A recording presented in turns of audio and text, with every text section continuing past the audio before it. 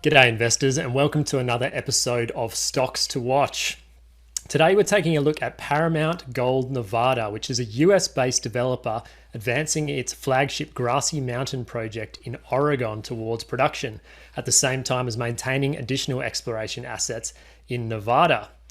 I'm joined today by the CEO of Paramount Gold Nevada, Rachel Goldman. Welcome to the show, Rachel.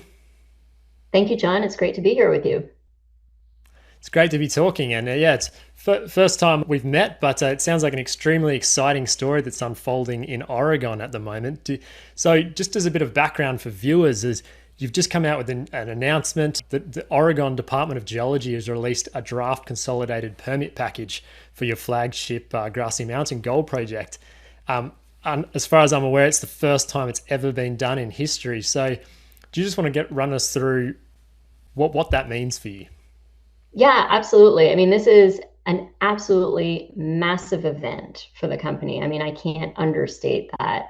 We have been working towards getting Grassy permitted for the better part of the last 8 years, moving through a lot of different steps. The process in Oregon, as you said, this is the first time a project's moving through it. It's not because Oregon has rejected a bunch of mines. They've just literally never had an opportunity to get this far into the process. Grassy Mountain is the first. And it also is the culmination of many, many years of work that's gone in with the regulators to make the project really the best it can possibly be within the construct of Oregon's environmental rules and otherwise, and with the knowledge that this is the first time that they're going through this. So I think that's part of the reason it's taken a little bit longer than perhaps what'll be for the next project. But for us, it's very rewarding to see this come to fruition. Earlier this year in August, we received our draft EIS from the Bureau of Land Management, so that's on the federal side. But the state side, because this was really, I think from a market perspective, a bit of an unknown, was Oregon actually ever going to move forward with permits, which is something that we, being very close to, understood their process better, understood the different steps they were going through, understood that even though it seemed like nothing was happening for a long time, there was a lot of work going on behind the scenes. So it's really an exciting time for the company and our shareholders, and I would say all stakeholders, including Malheur County, where we're looking to build the project. Sounds like a transformational time, and not just for Oregon, but for US kind of politics opening up, mining in general. So on top of this kind of exciting news now, for anyone who's new to the project, did you want to give us a background of kind of the grade potential, the tonnage? What is Grassy Mountain all about?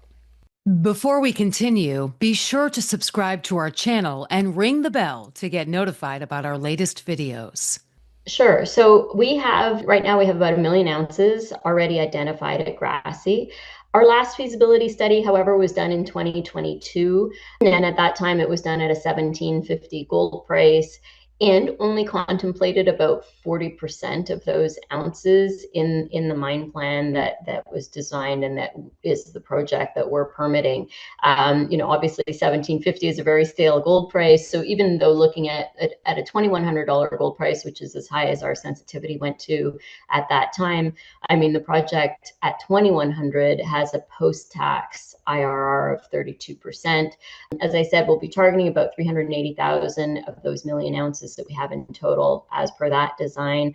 It generates about 50,000 ounces of gold equivalent annually.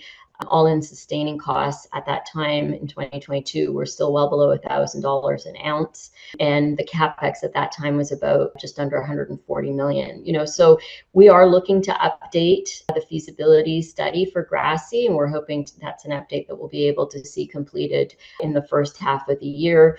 So I think the metrics that we look at, so whether it's the capex, the opex, certainly the current free cash flow generation at $2,100 gold at 50,000 ounces a year would be roughly $50 million. So already it had a very quick payback and strong returns, but certainly now that we have visibility with the permits and that the permitting process will be completed as well by the first half of the year, this gives us a lot more maneuverability as we're looking to update that study to be able to provide a really fresh perspective to the market when all is said and done. Very exciting, and that's a very low all-in sustaining cost compared to the spot price, obviously. So there's some huge upside there. What type of mining situation is it? An open pit, underground, and furthermore, are there any offtake agreements that you've already got in place? Right.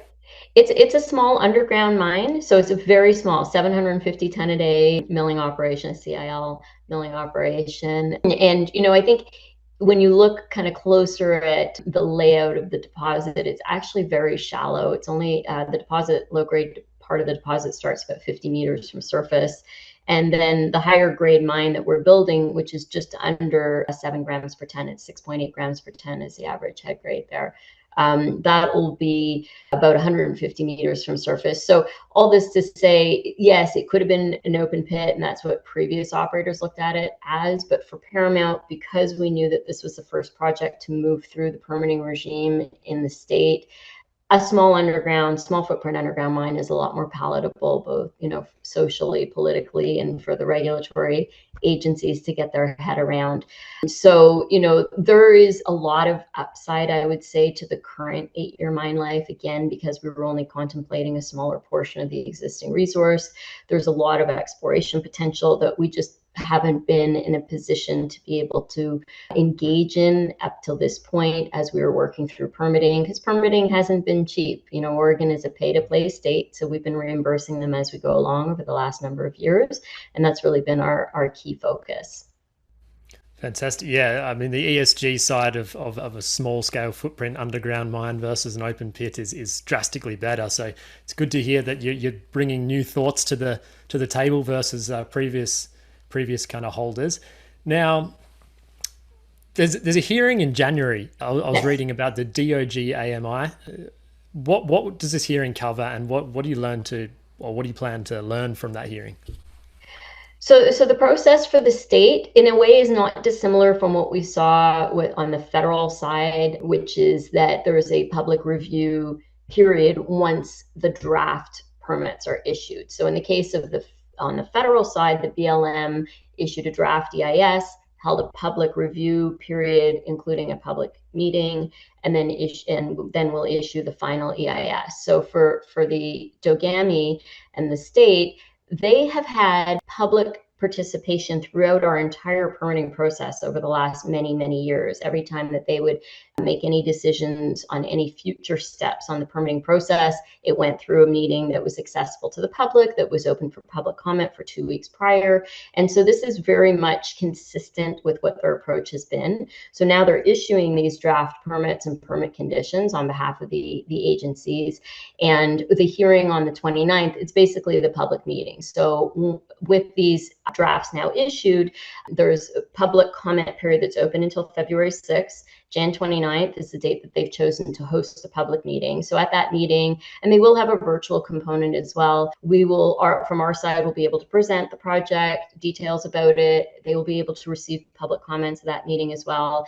And then they will go through, again, a not dissimilar process from what the Bureau of Land Management does, which is determining of the comments that come in. Some of them are substantive and some of them won't be. Things that are substantive that need to be addressed, maybe there's lack of clarification or, terminology or things of that nature.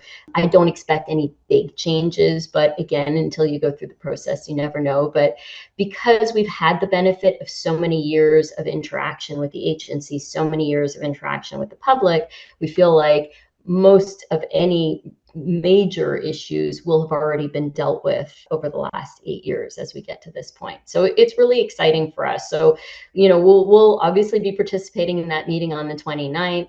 And then we'll be continuing to work with the agencies for any changes that they need to address for the final permits, which are expected to be issued by the end of the first quarter. And that's what will allow us to break ground and build and operate Grassy. Very exciting. Well, it sounds like regulation and the permitting side is rolling on really nice and efficiently. If we now just shift more to the economics. I mean, we touched on it briefly, the all-in sustaining cost and the IRR. Did you want to dig into what's the economics behind this project looking like?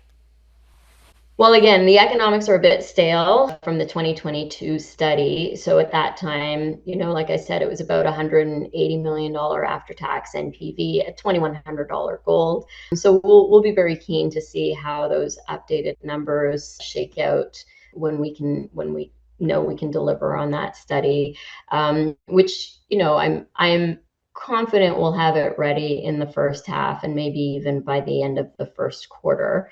We'll have more that we can update the market on once we kind of finalize the timing for that work.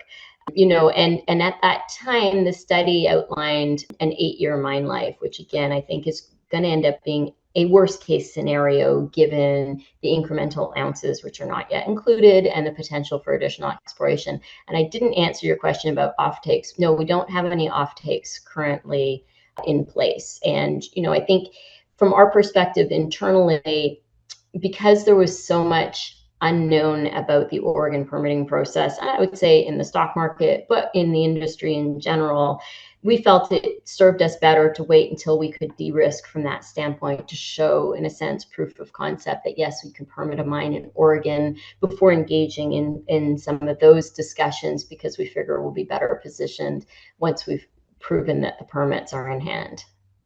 Yeah, that's a good way, not getting too far ahead of yourself, taking it one step at a time. But very exciting. So I guess for investors now, targeting in on them, what are the main catalysts that investors should look out for in 2026 and then even beyond? Yeah, so I think 2026 will have seen in 2026, early in 2026, we'll see the completion of the permitting process, both on the federal and the state side. I would mention on the county side, we've already received and renewed our county level permits a couple of times. They've been incredibly supportive throughout this process as well. You will see an updated feasibility study coming on Grassy. And then I guess you'll be seeing more disclosure about what the next steps are going to be as that project moves towards a construction decision. The other thing that having visibility on permits on Grassy allows us to do is shift a little bit of attention towards our second asset, which is the sleeper property in Nevada. We will be then in a position where we can allocate additional time and resources to look at what could be a possible development scenario at Sleeper 2. And so, it's for us, so I cannot understate how important the milestone of receiving these draft permits is, because it's a lot of time and effort, negotiation that's gone into getting us to this point. And it's really a significant achievement for the company and everybody who's been supporting us to get here.